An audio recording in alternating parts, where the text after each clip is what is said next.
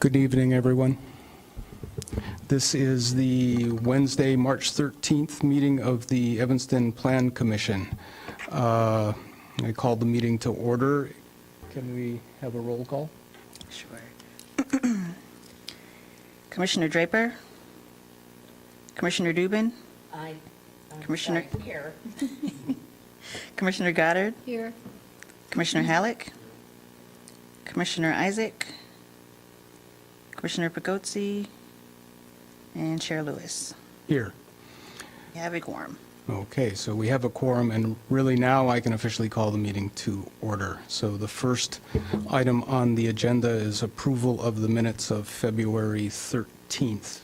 Are there any questions, comments, concerns, corrections? Actually, Sure. Halleck, yes. I do have one, and it's minor, but I was quoted as saying for the housing development along, what road was that? Custer? Yes, exactly. What was my statement quoted as? That I thought the project was too efficient, and that's where the quote ended. Actually, the comment was, it was very efficient, to the point that the units, the bedrooms were only 8'6" wide, and I suggested that they look at making those reasonably sized, which would enlarge the width of the units and therefore reduce the total number of units. And we approved it for those number of units, but I thought, it wasn't just that I thought it was amazingly efficient, it was because the bedrooms were very, very narrow, very, so just to clarify that. Okay. Anyone else? I have one correction on page 5, the first sentence where it says Chair Lewis, first reference, bullet point. The sentence should be clarified to state to the effect that Chair Lewis has asked what would be required of a front yard. All right. Anyone else? Do we have a motion to approve? So move. Commissioner Goddard, second. Second. Commissioner Dubin, all in favor? Aye. Aye. All against? All right. Well, let's move on. All right, so the main order of business is an old business. It's the continuation of a planned development at 2425 Oakton Street, number 18 PLND-0085. Ms. Jones, can you summarize where we are? Sure. I believe everyone that is here now was here at the previous meeting, so I'll be brief on the overview of the project. General project characteristics: the size of the lot is 47,679 square feet, or just over 1 acre. The proposed building is 4,900 square feet.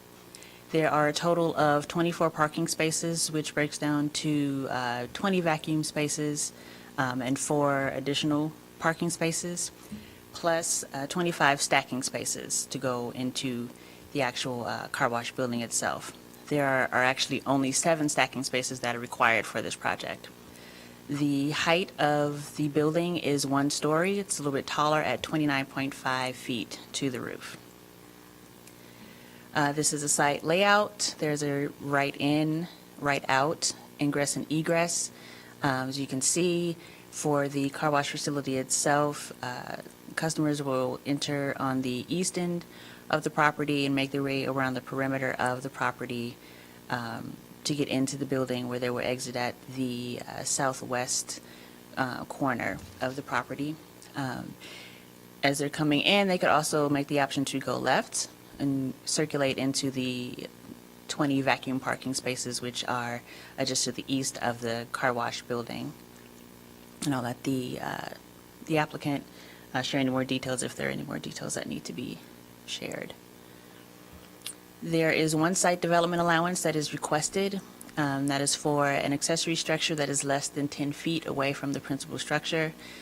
The zoning requirement is at least 10 feet between the principal structure and an accessory structure. As part of planned developments, there are no special incentives for that particular regulation. And as it's proposed, the accessory structure is approximately 3 feet away from the principal building. There's one public benefit that is proposed, and that is that the applicant has committed to providing assistance with improving a CTA bus stop within the vicinity of the actual site as a public benefit. And staff will continue to work with the applicant on determining which bus stop that will be and obtaining cost estimates for those improvements. Staff recommendations for this particular project is to make a positive recommendation for approval of the special use for the planned development, subject to the conditions listed below.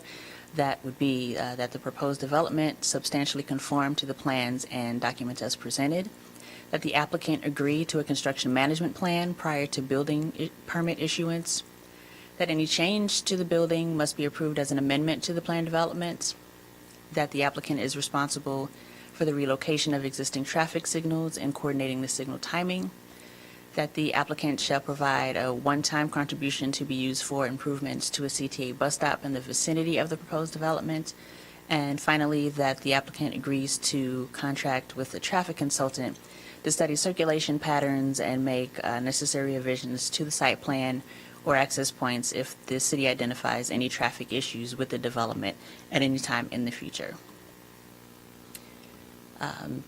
Here are the standards that need to be met. I can go into those after we have Okay. gone through everyone else's questions or comments. Right, very good. So before I go into the structure for tonight, I would like to ask, there was a piece of, what I guess, evidence that was submitted. What do we have to do with this? Do we need to submit it into the record, or is it? That can be submitted into the record. The person who actually applied for the continuance is the one who submitted that Okay. evidence. And has the petitioner seen the evidence? Is it to be Yes. shared? They have. Yes. All right. So if the All right. requester would like, they can come up and explain. Okay, so before we get into this, this is a continued meeting. We have basically gone through the presentation of the case, public questioning, and we're to the point where there's going to be the chance for the public to comment, and after the commenting and any questions or cross-examinations from the commenting is settled, then we'll close the public hearing and get to the deliberation of the commissioners and getting to a recommendation. So the first thing that I would like to do is to offer to the petitioner to make any statement or provide any additional information if there is any, if they would like to. There really is. Good evening again, Mark Daniel, on behalf of the petitioner. I suppose in reviewing the one page that was submitted, it's updated traffic counts that appear to be fairly consistent with predictions. We don't have a lot to say about it. I'd like to hear what the individuals that brought this study, and it wasn't done in relation to this project. It was done previously. I believe Evanston has a look back similar to what's going on here with regard to the sports dome. So we do have Michael Worthman here from KLOA, who's the author of this. He did the work on this project regarding the intersection relationship and the entrances and exit at this property. So he's available if you have questions of Mike. Okay, very good. Thank you. So at this point, I would like to open the floor to public comment, and I believe you're the only one. Mr. Bonafuro, is it? I'm sorry? Yes, Bonaguro. Good evening. Again, my name is Michael. Oh, I'm sorry. I need to swear you in. Would you promise to tell the truth? I do. Okay, very good. Thank you. No, I that's don't. fine. I don't have much to say this evening. Again, my name is Michael Bonaguro, Bonaguro. I was asked to appear initially by Mr. Minhas Lakhani, Lakhani. He's the proprietor over at the Shell station as well as the Subway and the Dunkin' Donuts. I've also had an opportunity to talk to Bill Kindra, who is the proprietor for the Quad Dome, and first of all, I want to apologize to Mr. Daniel that I did honestly receive this report today in terms of this particular incident as it pertains to their application. I had been trying to get a hold of it. Unfortunately, I was unable to, so I wasn't purposefully trying to hold it back from anybody. I do want to try to understand for myself and at least pose it as a question to the council to the committee is that the initial report that KLA did that's part of their application dates back to July of 2017. And I'm wondering, because the dome essentially opened in January of 2016, however, talking to Mr. Kindra, the business was slow to start, and it took them a while to get going. And so the report that was submitted initially from 2017, and here we are in 2019, and an application that's looking to be submitted, seems to me to be outdated.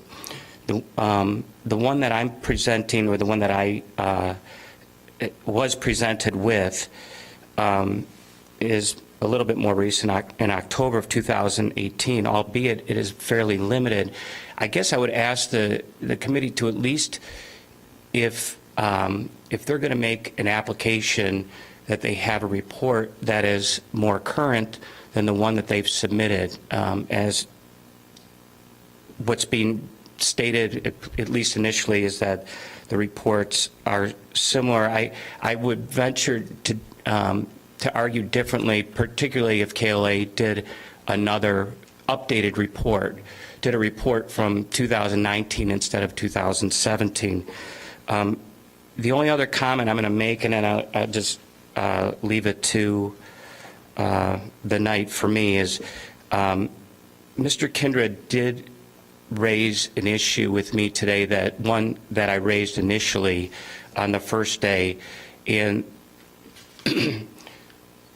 the committee seems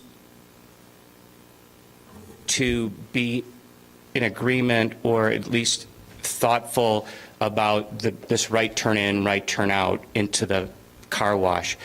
I would just submit to you that it seems to me that the committee's already compromising, or is already making a concession, not only to the business, but more importantly to the city.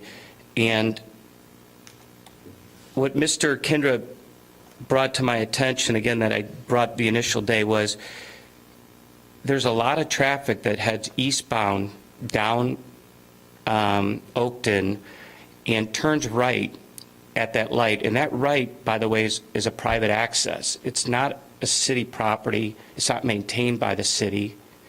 And he's had many, many trucks coming eastbound that have apparently missed the asphalt on the north side, the asphalt facility, and perhaps the towing place that's over there on the left. His point being that every time it's missed, they turn right on his private drive, they go into the parking lot, and they turn around and come out. And from his standpoint, these aren't just cars, these are trucks, and they damage the road, they damage the property. But in line with what we had initiated the first night, I do want to just bring out and reemphasize the point that there is no access, from my understanding, to the car wash going eastbound, because there's no left-hand turn. So we're restricting the access to a westbound. And they may be saying, well, that helps our argument. Yeah, we should have a left turn in there. The point is that there can't be a left-hand turn in there, because the traffic flow and the traffic light can't facilitate it. And I think the committee already knows that. And I think if you combine that with a more recent study than a 2017 study, this is just a private study that was done over a 1-week time period. And I think that the application should be held to a higher accountability than what it's offered you in terms of the, the traffic counts. And this one that I submitted to you today emphasizes our point that this particular area, this particular corner, and the corner isn't even really a corner, it's just because it's a public access road, or I'm sorry, a private road. You're talking about an east-westbound road. This intersection can simply not facilitate, such a substantial structure, such a substantial number. And at the very least, I would hold the applicant to a more recent traffic count. Thank you. All right, thank you. Would you like to respond to, I guess there were two points. If we could, I'll just have Mr. Worthman speak freely, and then if I can follow up after Mr. Worthman. Thank you. Want me to do swearing? Okay, do you promise to tell the truth? I do. All right, very Thank good. you. Thank you. Thanks for having me today. Regarding the traffic counts, we conducted our counts in July 2017. We've been working with the city diligently for a year and a half on this project and the access system that you see now. The counts that we did in 2018 for the dome, I went back and looked at, and they're very comparable to the counts that we had in 2017. Traffic hasn't changed much. The dome was up. The volumes are pretty much the same. They fluctuate a little bit higher or lower.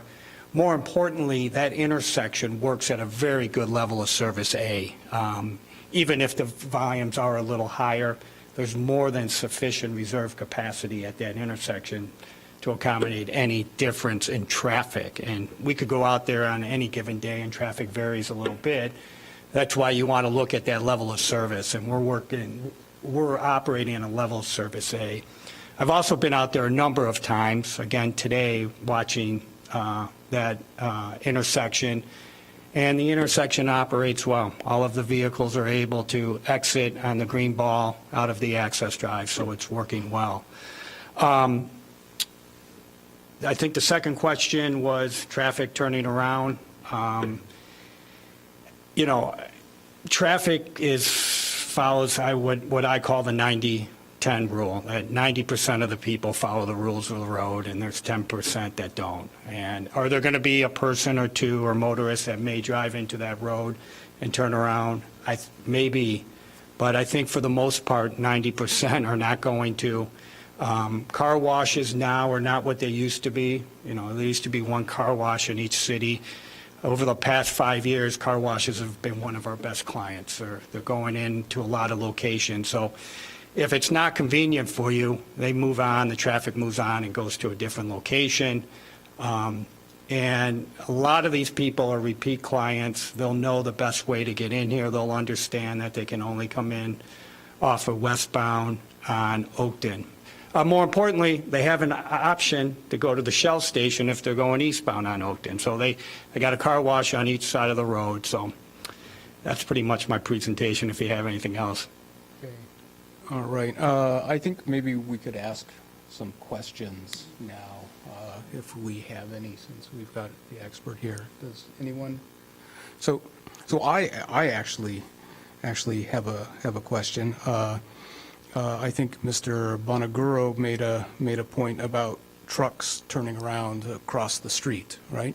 So I might, if I were going eastbound, knowing that I couldn't make a left-hand turn into the spot, and by the way, I go to the quad, Right. I'll be going to the quad in an hour or so, all right? Okay. So if I might, to get there, go turn right into the development, turn around at the GFC, and head straight across the street into the car wash. Is that something that is precluded by the turning movements and things that are here? I mean, that's a way around the, Yeah, people can do that. Yeah. Once again, if you're going to turn and go down that road to turn around, you can make a right and go right into the Shell car wash. So, yeah, that's right, yeah. it's convenience, maybe a it's boom. how much you It's really the want to one go there. first. Yeah, Yeah. Client, right. I'm never going to say no one's not going to do it, but it's not a very convenient alternative. We design the roads as best as we can, and we just don't think that's going to happen a lot. And, I don't know what's happening with the truck traffic, but it's our opinion that we just don't see that happening. It's just not a convenient maneuver to do. Okay. And just for the record, the report that was submitted, actually authored by you, but is more current than the one that was submitted, has different units in it. So it's daily counts versus Right. peak hour counts. Your interpretation is that these are equivalent, less, more, what? Yes. So we did our study for the car wash. Yes. Outside of that, we were retained by the Dome, which we did the original study for, per the request of the city to do some follow-up traffic counts. That just shows, all the city wanted at the time was daily traffic counts, which we provided. But as part of those daily traffic counts, I have a breakdown of all the counts, and I took a look at those counts compared to ours, the peak hours, and they were very similar. Okay. Anyone else have any questions? All right. All right. I think you would like to make a clarification.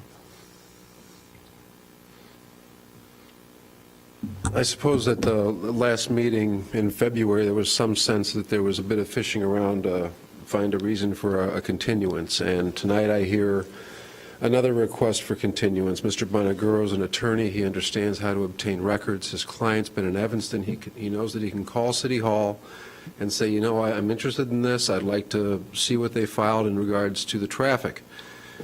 The study presented tonight, claimed to be the most recent, was a series of counts. Mr. Worthman's addressed that. That's October 16th, 2018. We had submitted the 2017 study as part of the application because staff has the ability to make a judgment on whether a further traffic study ought to be done. And our hope was that we didn't have to do it because we didn't see circumstances had changed so much. Staff did say, as part of the staff review, not once or twice, but 3 times, we need an updated traffic impact study. That is dated January 4th, 2019, authored by KLOA. So the objection in this instance is meritless. We are here tonight for a very brief meeting with this as the only thing on the agenda. And we have a real dilemma because they're now pushing you for a more recent study when they've admitted that this 2019 study is enough. They wanted something in 2019 according to council. You have it. So We do. I do appreciate your time on this, to the extent that we can all tell stories about trying to negotiate intersections and things like that. I'm next to a Home Depot in my office, and there's nobody, even though there's a route, that is going to bypass 5 or 6 cars trying to turn left into an unsignalized Home Depot intersection and use my lot. They don't want to use my lot for that because there are 2 or 3 additional turns to get to the same point. And I think the point about inconvenience is critical because the disincentive of inconvenience leads drivers not to cut through either the gas station with the 16 pumps and the Dunkin' Donuts drive-through and the other items that are over there, the car wash, or through the food store. So that's really all that I have. If you have any questions of me, I'd be happy to answer them. Okay. Okay, thank you. So, okay, 2 minutes.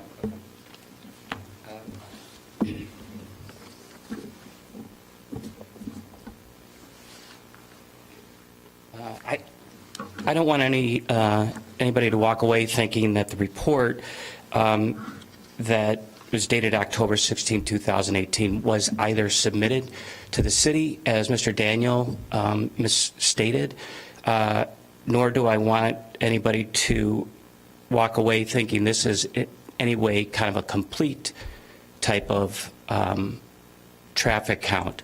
This was a one-week traffic count. And what I'm saying is that, so backing that up, I had no way of receiving this, as he indicated that I can just call the city and pull a public record. That's not true. The other part is, I don't want this to be that much. I'm sure to them that this is an adversarial situation because we're in here kind of kicking some dirt around. The point is that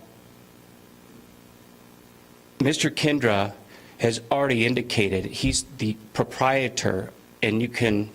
I'm sorry, but Mr. Kindra is not here this is hearsay what you're saying, so I don't know what his testimony Right, but it's, would be, so. my point is, you can take it for what you want. We have, KLOA saying, I was out there, it looked okay to me today. So my point is that there's live testimony that, there's a proprietor out there that basically is telling you that this is already a problem. My client was here saying that this is a big potential problem, and I just don't think it should be taken lightly by the fact that council across from a Home Depot and the gentleman from KLOA was out there knocking it around today, and he didn't really see a problem. I think that to do things right, they submitted their initial application 2017. It is 2019, and it's part of their most recent study, but we all know that it was done in 2017, so it's not updated. And for a facility this size, and this is a planned development, that how many businesses are we going to put in there? How many people are we going to allow to come in and out of basically 10 yards on the north side, 10 yards on the south side of Oakton, particularly on busy days? Right. Thank Have you. fun at the Dome. Thank you. All right, any questions of Mr. Bonaguro? Okay. Do you? Okay, would you mind answering question? Just. The traffic counts really don't have anything to do with the fear of people pulling into these other two privately owned businesses to turn around so they can get to the car wash, do they?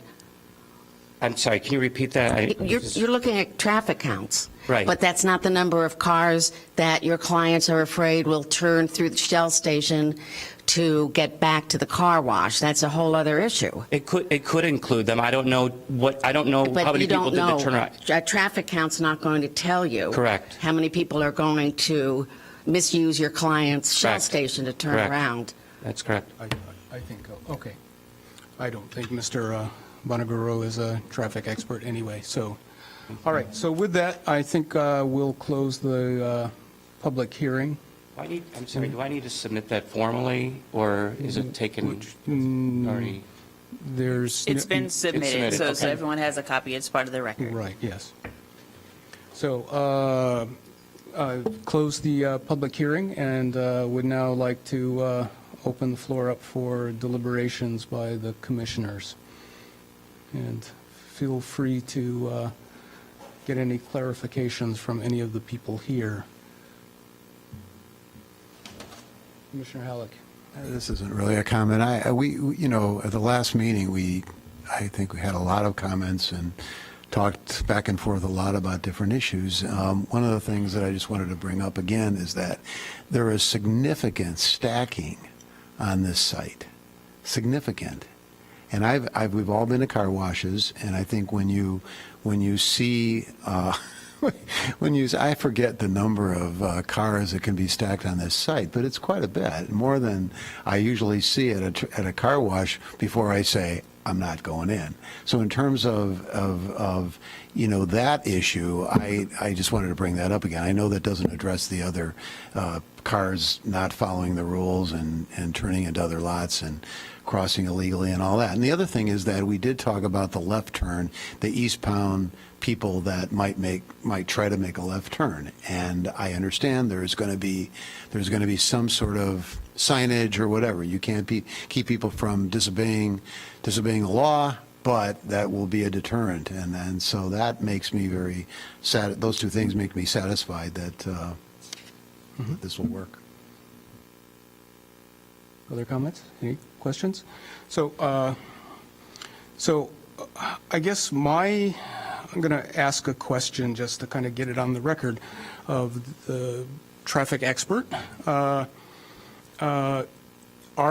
Does this type of development, so first of all, to get this straight, this is not a public access to some planned development that goes further back. This is simply a curb cut to feed one development that was implied, so it's for one access point. So this one business, is this inherently more traffic generating than, say, a sports bar or any other kind of business that might go on this site? Because I would hate to think that this site can't be developed because no one will be allowed to drive to it. It's a good question. Depending on what the use, there's a lot of things that could generate more. There's some things that could generate less. As we all know, car washes generally generate a low volume of traffic, but there are a handful of days, like after our polar vortex, when we get a sunny day, that they're a little busier than usual. But yeah, it's a good point. Something's going to go here. It's going to generate traffic. Need it to, We would love yes. to have left turns in, but working with the city, no one felt comfortable with that. More importantly, your item number 6 of the, what do we call it?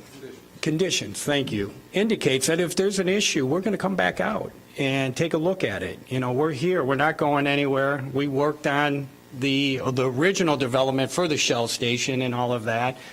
We worked on the dome. We came back and did the study. So we know the area pretty well, and we're not going anywhere. But, you know, a right in, a right out, you can't ask for any more restrictive access. And it's really not impacting that signal, because since there's no outbound traffic, you're not changing the timing. You're not changing anything there. It's just going to be people that are going westbound on Oakton are going to make a turn in there and then turn back out after their car wash. I hope I answered it. I think you did. Thank you. So any other comment? So I believe some development has to go here. So it's just a matter of there will be traffic generated into this site at some point. All right. So if there is no other comment, why don't we go through the standards, please, if you can. Sure. Real quick, the development must satisfy the following standards that are actually addressed within the original staff report. Section 63510, standards for special uses. Section 63669, standards for planned developments. And Section 614.110, standards and guidelines for planned developments in the I-1 Industrial Office District. So the bigger standards that we need to address are the first sections. So the standards for special uses. Exactly. So here we have the standards for special use for planned development. The first one being it is one of the special uses specifically listed in the zoning ordinance. 2, it is in keeping with purposes and policies of the adopted comprehensive general plan and zoning ordinance as amended from time to time. Which it is. 3, it will not cause a negative cumulative effect when its effect is considered in conjunction with the cumulative effect of various special uses of all types on the immediate neighborhood and the effect of the proposed type of special use upon the city as a whole. 4, There's nothing inherently about this development that would cause a cumulative effect. I think we've seen. 4, it does not interfere with or diminish the value of property in the neighborhood. 5, it can be adequately served by public facilities and services. Ken, as reported. It has to be. 6, it does not cause undue traffic congestion. 7, We've had evidence supporting that it doesn't. 7, it preserves significant historical and architectural resources. It's not applicable. 8, it preserves significant natural environmental features. Not applicable again. And 9, it complies with all other applicable regulations of the district in which it is located and other applicable ordinances, except to the extent such regulations have been modified through the plan development process or the granting of a variation. And staff states that it does, yeah. All right. So that's the standards for the special use. Okay. The single large standard for plan development is as a special use, the plan development involves such special considerations of the public interest that it shall be required to adhere to the specific plan development standards established in the zoning district in which it is located. Compliance with the standards shall govern the recommendation of the Plan Commission applicable to a plan development and the action of the City Council in order to ensure that the approved plan development is in harmony with the general purposes and intent of the zoning ordinance. The Plan Commission shall not recommend approval of, nor shall the City Council approve a plan development unless each shall determine, based on written findings of fact, that the plan development satisfies the specific standards established in the zoning district which the plan development is located. So, All right. those are the And I two believe- main sections. The next section is basically addresses requirements that are more administrative in nature. Okay. All right. All right. So I think we are finding that it's in general compliance. All right. So does anyone on the commission have any concerns with the recommendation as it is? Or, okay, if there isn't any, would anyone have a motion that they would like to put forward?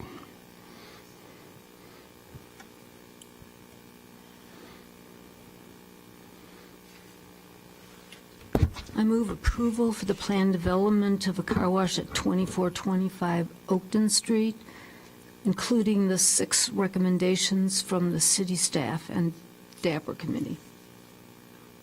So moved, Commissioner Goddard. Is there a second? Second. Commissioner Dubin. All right, well, I think we have to go to a roll call vote. Yes. Commissioner Dubin, Aye. Commissioner Goddard, Aye. Commissioner Halleck, and Chair Lewis. Yes. That motion passes unanimously. All right.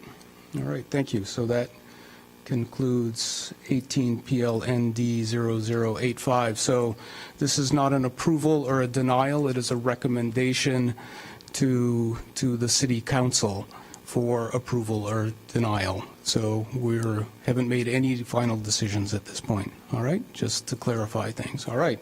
So thank you very much. And yep. All right. So is there? There's no one in the public, so we'll go past the public comment portion. So do we have a motion to adjourn? So moved. Second. Commissioner Dubin, Commissioner Goddard, just to flip things around. We'll do it that way. All in favor? Aye. All against? Hearing none, the meeting is adjourned. Thank you.